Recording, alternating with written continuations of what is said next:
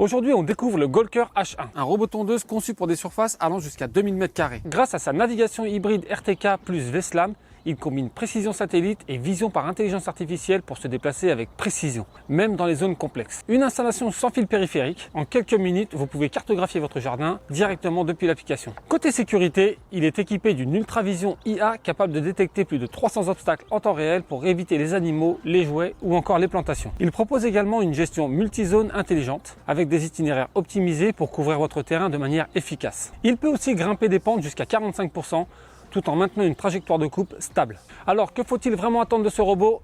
Eh bien, on voit ça ensemble. Allez, comme d'habitude, on commence avec l'unboxing.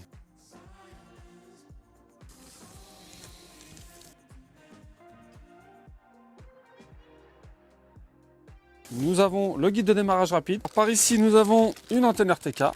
Là, nous avons les piquets de l'antenne RTK. Ensuite, là, qu'est-ce qu'on a? Nous avons la fourche de l'antenne RTK. Et ensuite, nous avons le robot. Il n'est pas lourd. Par ici, nous avons un câble qui est la rallonge de l'alimentation. Ensuite, un autre câble qui est la rallonge de l'antenne RTK. Les piquets de fixation. Il y a tout dans ce carton. Là, nous avons une boîte avec des lames de rechange, le câble d'alimentation. Par ici, nous avons le manuel d'utilisation. Et enfin, pour finir, nous avons la station de charge. Maintenant que nous avons vu l'ensemble du colis, regardons le robot en détail. Les petits points design. On est sur un robot de forme cubique, minimaliste, très sobre. Il devrait être très simple à nettoyer et ça, c'est un bon point. Maintenant, regardons-le de plus près. Ici, nous avons le pare-choc de collision, le contacteur de charge. Là, nous avons la caméra TOF. Ici, le détecteur de pluie. Là, nous avons le panneau de commande avec le bouton pour démarrer, le bouton d'alimentation, le bouton retour, le bouton menu et là, la molette, le bouton d'arrêt d'urgence. Et là, nous avons la poignée. À l'arrière, nous avons les roues motrices crantées. Nous avons deux roues à l'avant. Un plateau de coupe rotatif à 3 lames et le compartiment batterie. Allez, maintenant c'est parti, on l'installe. Pour la station, on choisit un emplacement stratégique, proche d'une prise de courant et un endroit dans le jardin où on capte la Wi-Fi.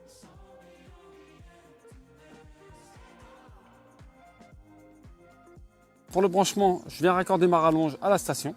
Hop, voilà. On vient visser pour l'étanchéité et ensuite je raccorde à l'alimentation. On vient la raccorder à une prise de courant. Maintenant, je viens raccorder le câble d'antenne à la station. On monte le pied de l'antenne.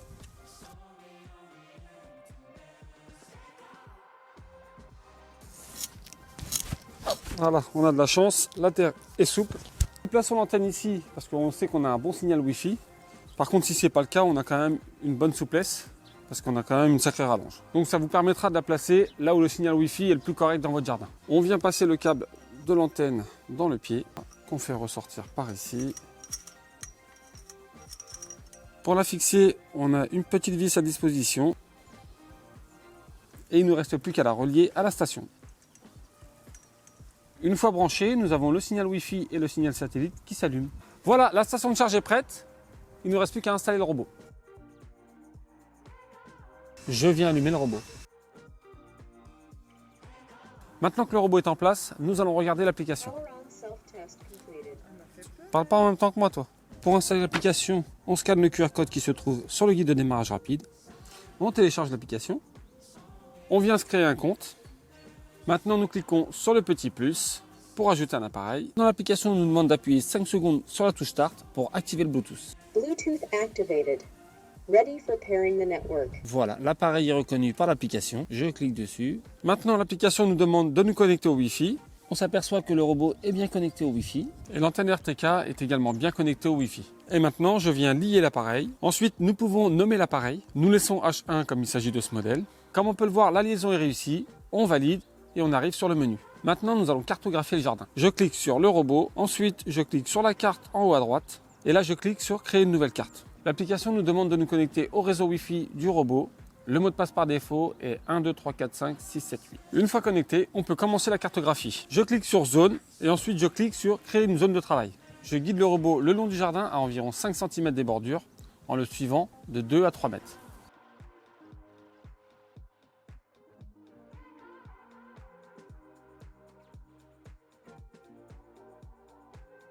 Ma première zone est cartographiée. Je clique sur fin. Ensuite, l'application me propose de compléter la cartographie. Nous allons donc créer une deuxième zone. Pour créer une nouvelle zone, je clique sur carte, je clique sur zone, puis sur créer une zone de travail. Allez, j'emmène le robot sur la deuxième zone à cartographier. Une fois dans la deuxième zone, je clique sur démarrer.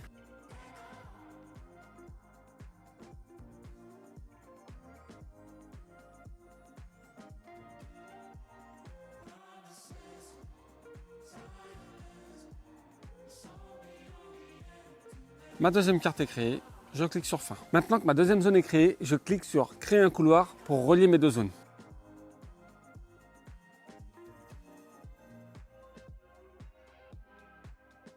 Voilà, mes deux zones sont liées, je clique sur fin. Carte enregistrée avec succès, bingo! Et comme on peut le voir, les zones et le chemin apparaissent bien. Voilà, nos zones sont créées, regardons ce que nous propose l'application. Alors, lorsque l'on arrive sur la page d'accueil, il suffit de cliquer sur le robot pour accéder à la carte de notre jardin. L'application Goalcare est vraiment simple et épurée. On y retrouve les fonctions essentielles.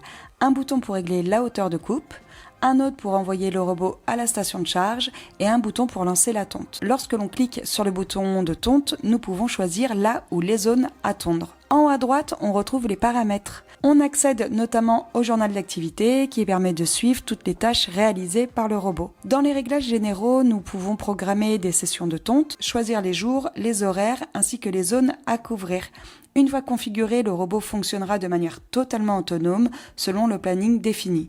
Ici, on peut également y ajuster la hauteur de coupe de 25 à 65 mm, activer ou non le capteur de pluie, consulter l'état et l'entretien des lames afin de les changer au bon moment ou encore de modifier la langue du robot. Il est aussi possible de définir la direction de tonte pour optimiser les déplacements et ça c'est un point plutôt intéressant et important à régler et on pourra même, si on le souhaite, partager l'accès au robot avec d'autres membres de la famille. Voilà pour les principaux réglages. Maintenant, passons au test. Allez, maintenant mettons-le à l'épreuve.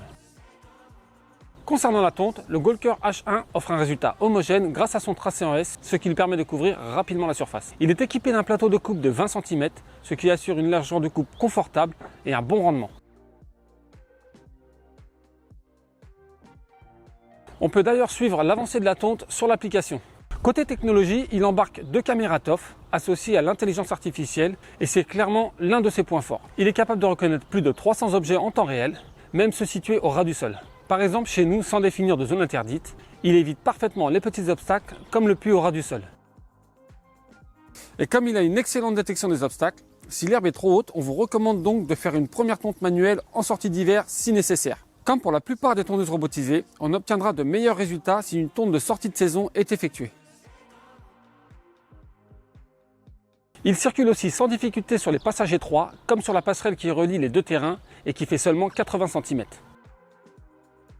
Pour les bordures, le résultat est plutôt précis puisque lors de la cartographie, on peut faire légèrement chevaucher le robot sur les terrasses, ce qui permet d'obtenir une finition à moins d'1 centimètre. Il reste également à l'aise sur les terrains légèrement pentus. Sa propulsion arrière lui permet de grimper des pentes jusqu'à 45%. Côté autonomie, lorsqu'il est chargé à 100%, il fonctionne pendant un peu moins de 2 heures. À titre d'exemple, en 1 heure, il a tondu plus de 100 mètres carrés, soit toute la partie avant de notre jardin. Sur une charge complète, il peut donc couvrir jusqu'à environ 300 mètres carrés et pourra tondre 1500 mètres carrés en une seule journée sur plusieurs cycles de tonte. Enfin, le robot est assez léger, ce qui le rend facile à manipuler. Il est aussi certifié IPX6, ce qui permet de le nettoyer facilement à l'eau en toute sécurité. Au final, le Goalcare H1 se positionne comme un robot tondeuse moderne et intelligent. Sans câble à installer avec une navigation précise, une détection avancée des obstacles, il coche les cases pour automatiser l'entretien de votre pelouse allant jusqu'à 2000 m². Pour un robot de ce gabarit, c'est vraiment pas mal. Il est en effet léger et par le fait facilement maniable. Et son gros point fort étant son prix puisqu'il est actuellement à moins de 900 €. Alors bien sûr, tout dépendra de votre terrain et de vos attentes, mais sur le papier, il a des arguments à considérer. Donc si vous cherchez une solution pratique, autonome et accessible, c'est un modèle à regarder de plus près. On vous met toutes les informations en barre d'infos et comme d'habitude, si vous avez des questions, on se retrouve en commentaire. Je vous souhaite une bonne journée, à bientôt.